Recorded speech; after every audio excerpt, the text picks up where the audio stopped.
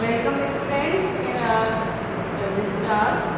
आज BA part third year के first part में हमारा टॉपिक जो चल रहा था भारत में यूरोपीय जातियों का आगमन, और उसमें हम लोग अंग्रेजों के आगमन तक अपना टॉपिक क्लियर कर चुके थे। अब देखिएगा, जिस समय अंग्रेज भारत में आए उस समय यहाँ की जो राजनीतिक स्थिति थी, आज उसके बारे में हम थोड़ा डिटेल में स्टडी करेंगे। अंग्रेजों के आगमन के समय भारत की राजनीतिक स्थिति, ये आप हेडिंग डालेगा राजनीतिक स्थिति।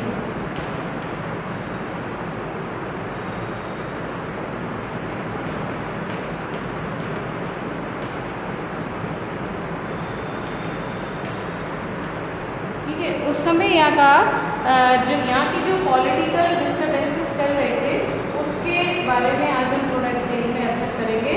और उसमें सर्वप्रथम आप देखिएगा, एक बार फिर वही बात मैं रिपीट करती हूँ कि 1760 में जब मुगल बादशाह औरंगजेब की मृत्यु हुई, उसकी मृत्यु के पश्चात दुर्भाग्यवश उस विशाल मुगल साम्राज्य में जहाँ बाबर से लेकर औरंगजेब तक एक के बाद एक योग्य शासक सिंहासन पर बैठे, दुर्भाग्य ये था कि औरंगजेब की मृत्यु के बाद बाबर द्वारा स्थापित किया गया और अकबर द्वारा सुदृढ़ किया गया विशाल मुगल साम्राज्य अयोग्य उत्तराधिकारियों के कारण धीरे धीरे धराशायी हो गया।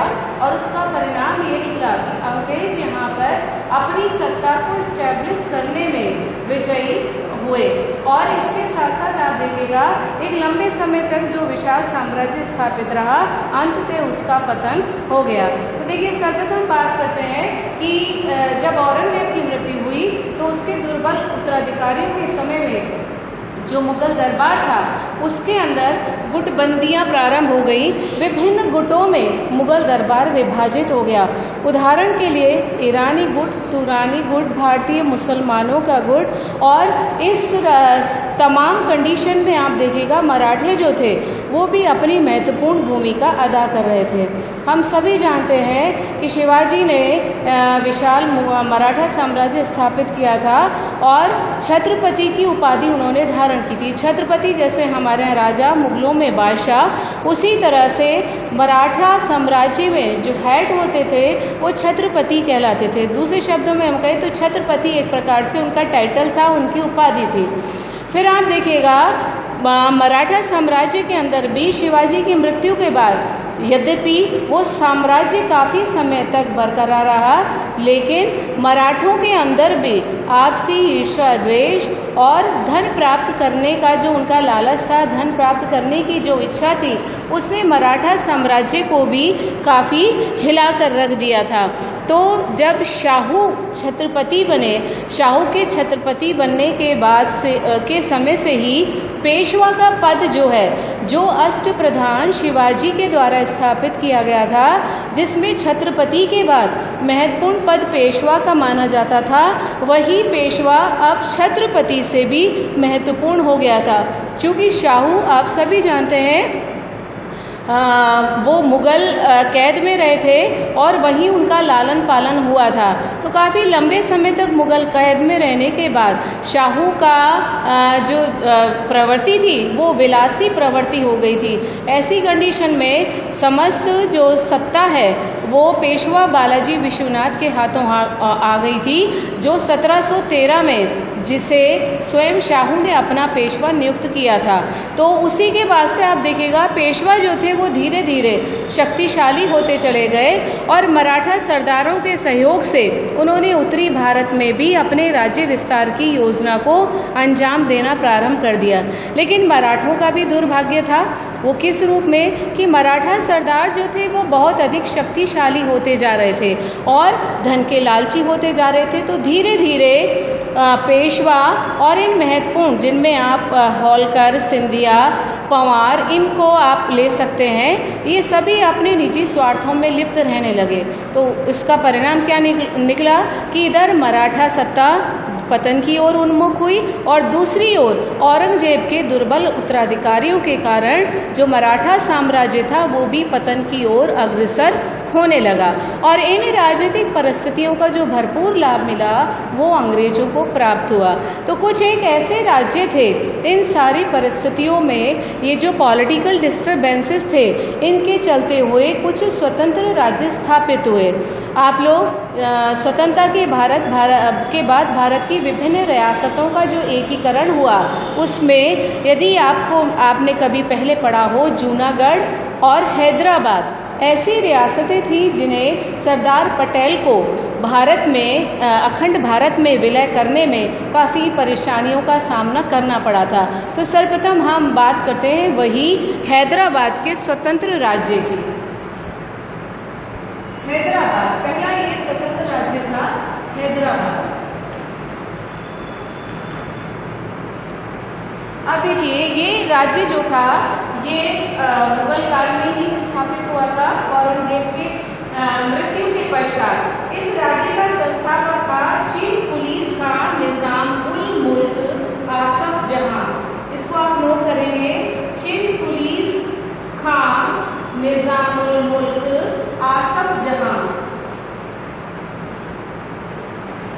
बहादुर शाह प्रथम के समय में चिन-कुली खान अवध का सूबेदार था और धीरे धीरे ये भी मुगल दरबार की गुटबंदियों का शिकार हुआ और इसमें इन सारी परिस्थितियों का लाभ उठा करके दक्षिण में अपने लिए एक स्वतंत्र राज्य की हैदराबाद के रूप में स्थापना की।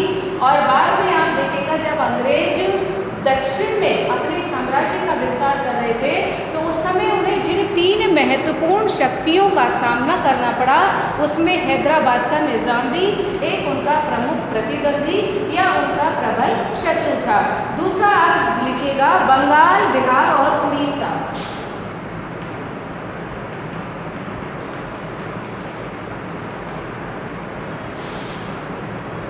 बंगाल, बिहार और ओडिशा। अब देखिए आप सभी जानते हैं बंगाल एक समृद्ध राज्य था और चूंकि सदैव वो एक दूरस्थ दिल्ली से काफी दूर था तो इसलिए दिल्ली की राजनीति से उसका कोई अधिक सरोकार नहीं था, ना ही कभी दिल्ली की राजनीति में वो सम्मिलित हुआ।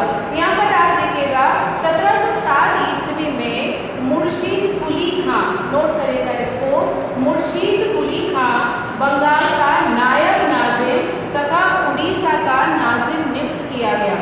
बंगाल का नायब नाजिम,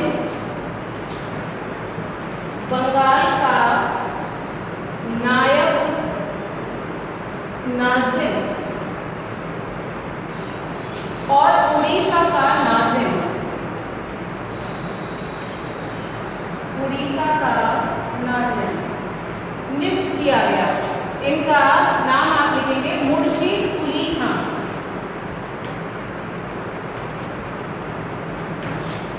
मुर्शीद कुली खां 1735 ईस्वी में इसे बंगाल का सूबा भी प्रदान कर दिया गया था। 733 एडी में इसे बिहार का सूबा भी प्रदान कर दिया गया। इस प्रकार तीनों महत्वपूर्ण सूबे जो थे वो मुर्शीद कुली खां के अधिकार क्षेत्र में आ गए और उसने अपनी शक्ति का काफी विकास भी किया। लेकिन यदि हम देखें मुर्शीद कुली खां एक अच्छा और योग्य शासक सिद्ध हुआ।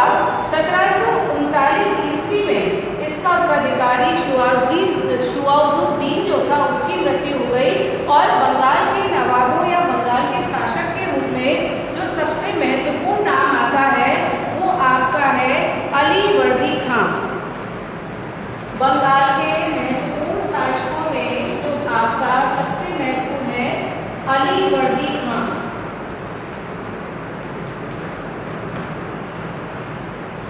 अलीवर्दी खां ने काफी लंबे समय तक शासन करा।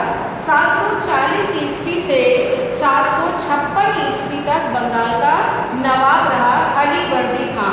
लेकिन इसे मराठों के निरंतर आक्रमण का सामना करना पड़ा। देखिए, मैं अभी भी आपको बता चुकी हूँ, मराठे जो थे वो धीरे धीरे उनकी जो धन लौलुपता है उसमें वृद्धि होती जा रही थी। इवन आप देखिएगा, जो मराठा सरदार शिवाजी के समय में उस विशाल मराठा साम्राज्य को स्थापित करने में अपना सहयोग प्रदान कर रहे थे, वही मराठा सरदार अब उसी साम्राज्य को विखंडित करने में भी अपनी कहीं ना कहीं महत्वपूर्ण भूमिका निभा रहे थे, क्योंकि अभी तक वो मराठा साम्राज्य के प्रति अपने को समर्पित किए हुए थे, लेकिन अब स्थिति ये थी कि वो अपने निजी स्वार्थों में लिप्त हो रहे थे। तो उन्होंने बंगाल, बिहार और उड़ीसा में भी, एंड स्पेशली इन बंगाल, उन्होंने निरंतर वहाँ पर अपने अटैक्स करना प्रारंभ कर दिया था। और आप देखिए, अलीवर्दी खां जो है उसने काफ़ी प्रयास भी किए कि वो मराठों के आक्रमण का प्रतिरोध कर सके। यद्यपि उसने कई बार प्रतिरोध करने का प्रयास किया, लेकिन मराठों की सैन्य शक्ति और सैन्य कुशलता के आगे उसको अंततः झुकना पड़ा। और दोनों के बीच स्पेशली इस समय जो सामना करना पड़ा था वो था रघुजी भोंसले, और रघुजी भोंसले के प्रतिनिधि, उनके आक्रमण निरंतर बंगाल में हो रहे थे। उसका नाम था भास्कर पंत, जो रघुजी भोंसले का प्रतिनिधि हुआ करता था।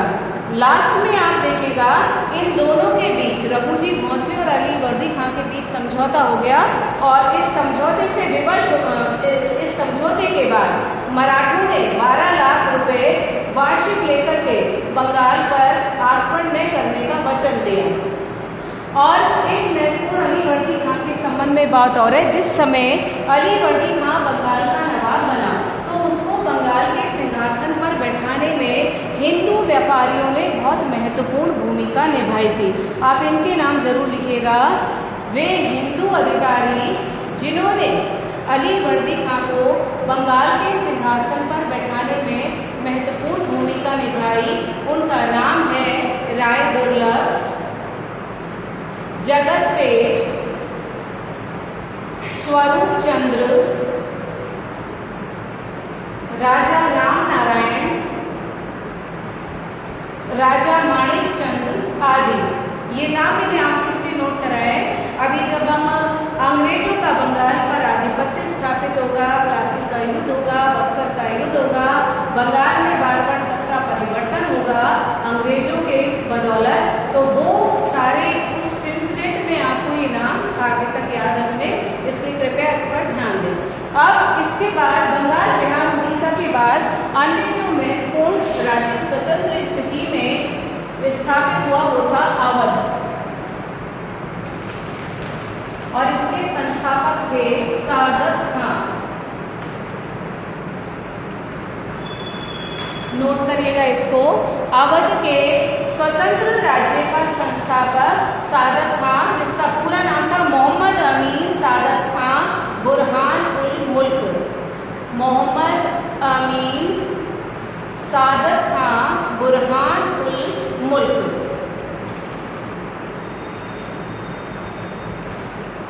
इसके बाद आप लिखिएगा गुजरात, अन्य महत्वपूर्ण स्टेट था गुजरात। गुजरात भी देखिए बंगाल के समय में एक, बंगाल के समान ही एक समृद्ध स्टेट हुआ करता था, और इस गुजरात और उससे सटे मालवा पर निरंतर मराठों के द्वारा आक्रमण भी किए गए थे, और दुर्बल मुगल उत्तराधिकारियों ने मराठों को उनकी बढ़ती हुई शक्ति से भयभीत होकर के गुजरात में चौथ और सर्वेशमुखी कर वसूल करने का अधिकार दे दिया था। इसके बाद नेक्स्ट लिखिएगा पंजाब और मालवा। आप मालवा का पहले भी पढ़ चुके हैं। ये एक दिल्ली और गुजरात का एक महत्वपूर्ण रूट हुआ करता था, व्यापारिक दृष्टि से बहुत महत्वपूर्ण भी था। आपने राजस्थान हिस्ट्री में पढ़ा भी है, जैसे को यहाँ की सूबेदारी बार बार दी जा रही थी, और वही मुगल दरबार की दलबंदी और षड्यंत्रों के कारण जैसे मराठों से सम्राट मुगल बादशाह के समझौता कराने का प्रयास करता था, अन्य उसके जो विरोधी हुआ करते थे वो उसका विरोध करके उसे न केवल उसकी सूबेदारी पद से हटवा देते थे, वरन वहां पर समझौते की सारी संभावनाएं भी वो समाप्त कर दिया करते थे। इस प्रकार मालवा और गुजरात जो है वो मराठों के प्रभाव क्षेत्र के अंतर्गत आ गए थे। नेक्स्ट देखिएगा पंजाब और राजस्थान। पंजाब और राजस्थान,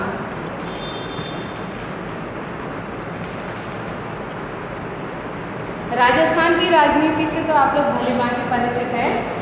निस्संदेह राजपूत शासकों में वीरता और साहस की कोई कमी नहीं थी, लेकिन दुर्भाग्य वही बार बार उभर करके सामने आता है कि हमारे भारतीय राज्य जो थे वो आपस में संघर्ष करके अपनी ही शक्ति को क्षीण किए जा रहे थे और इसका लाभ सदैव बाहरी ताकतों ने उठाया और वो यहाँ पर अपना अधिकार करने में सफल हो गए। तो इस तरह से आप देखिएगा कि राजस्थान जो है वो जो शक्तिशाली राजाओं का गढ़ रहा है, रजवाड़ा इसे कहा जाता है, राजपूताना के नाम से जाना जाता है, लेकिन इन शासकों के आपसी ईर्ष्यादेश और आपसी संघर्ष ने यहाँ पर मुसलमानों को पहले सिंहासन अपना जमाने, अपनी जड़ें मजबूत करने के लिए खुला मार्ग प्रदान करा और उसी तरह से बाद में 1818 की संध्या करके अंग्रेज भी यहाँ पर अपनी सत्ता को इस्टेब्लिश करने में सफल हुए। तो इसी प्रकार से आप देखिएगा राजस्थान की सीमा से सटे दूसरा महत्वपूर्ण पंजाब राज्य है, जो आज भी धन धान्य की दृष्टि से काफ़ी समृद्ध है, क्योंकि वहाँ पर जलवायु की दृष्टि से मानसून भी लगभग अनुकूल रहता है और अच्छे व्यापारिक सोर्सेज भी वहाँ पर उपलब्ध है। तो ऐसी स्थिति में पंजाब एक समृद्ध राज्य था। सबसे महत्वपूर्ण बात, हम लोग पहले भी इस चीज़ पर चर्चा कर चुके हैं कि अधिकांश जो हमारे यहाँ बाहरी आक्रमण हुए थे वो सिंध और पंजाब की सीमा से ही हुए थे।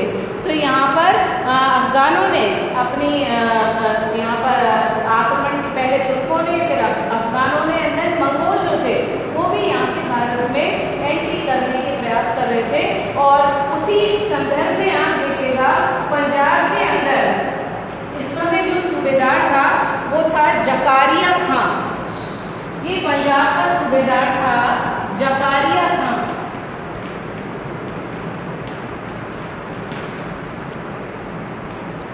जकारिया खां पंजाब का सूबेदार था और नादिर शाह और अहमद शाह के निरंतर यहाँ पर आक्रमण हो रहे थे और उन्होंने यहाँ पर सिंध, मुल्तान इधर अपना आधिपत्य स्थापित कर अपने प्रतिनिधियों की यहाँ पर नियुक्ति कर दी थी।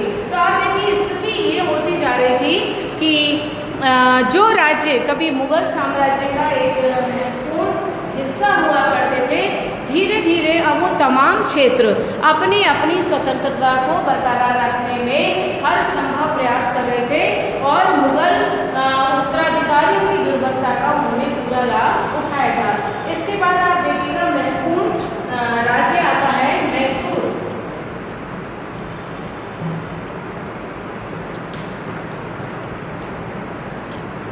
मैसूर दक्षिण का एक प्रमुख स्वतंत्र राज्य था।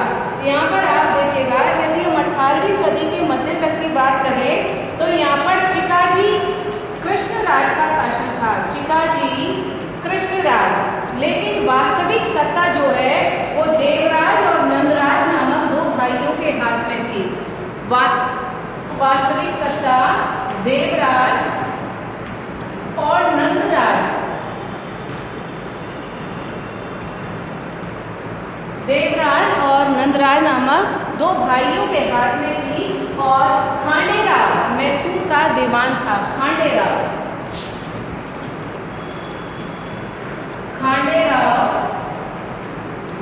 ये दीवान के पद पर नियुक्त थे।